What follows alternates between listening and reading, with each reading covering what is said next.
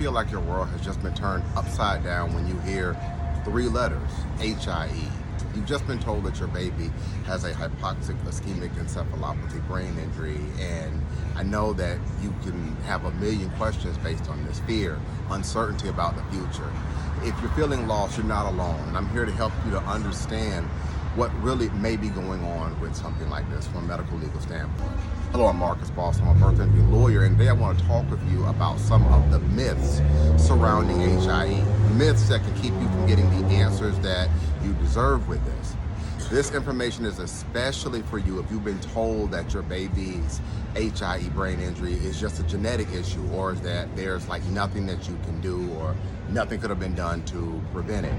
So let's go ahead and let's get right into it. One of the biggest myths that I hear is that HIE is always a genetic cause. Sometimes doctors or hospitals will point to genetic factors for the reason of your child's condition, but that's not always the full story. Yes, genetics can play a role with HIE brain injuries, but actually a lot of times it can also have something to do with what happened during labor and delivery, like oxygen deprivation or issues with the umbilical cord. It's so important to take a deeper look as to what happened in those critical moments of your child's birth. Understanding this can mean the difference between accepting what you've been told and truthfully getting to the bottom line of what caused your baby's injury.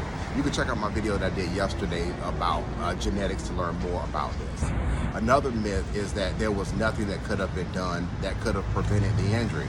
And I want to be honest with you, sometimes that's just not true.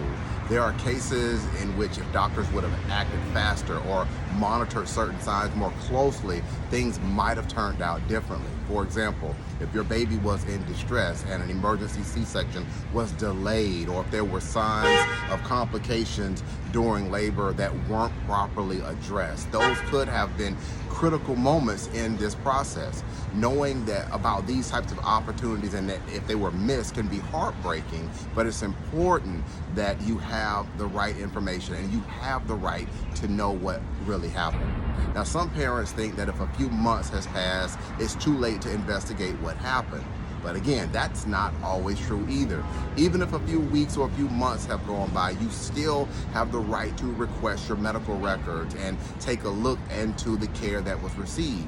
There's often a window of time where you can explore what might have went wrong, and taking that step could be crucial for you understanding your baby's condition. You might have also heard that my doctor said that it wasn't their fault. So that must be true if it wasn't their fault. And while many doctors do their best to provide honest answers, sometimes the explanations, they just don't add up. Hospitals and doctors, they have their own interests to protect, and that can mean that some mistakes aren't fully acknowledged. That's why it's also important that you seek a second opinion, or you talk with someone who can take an objective look as to what happened. You deserve to know if there's more to the story than you have been told. And lastly, there's the myth of pursuing legal action. It's going to be too stressful and it won't change anything. I can understand that. I really do, because of what this can really mean. But when you're dealing with something like this, I want you to know that taking legal action is it's more than just pointing fingers. It's about securing the resources that can help your child get the therapies and the care that they need so they can live the best future possible. And again, you don't have to navigate this process alone. My job as a birth injury lawyer is to help guide you through this so you can focus on the main thing that matters, and that is your baby's well-being. I hope that this has helped you to be able to get rid of some of the confusion and find some clarity with this. You don't have to accept every explanation that you're given, especially if it doesn't feel right in your gut.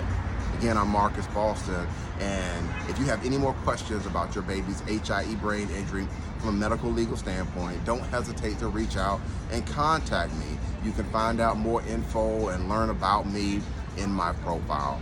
All right, that's going to be it for this morning's quick educational video. Have a great day, everybody.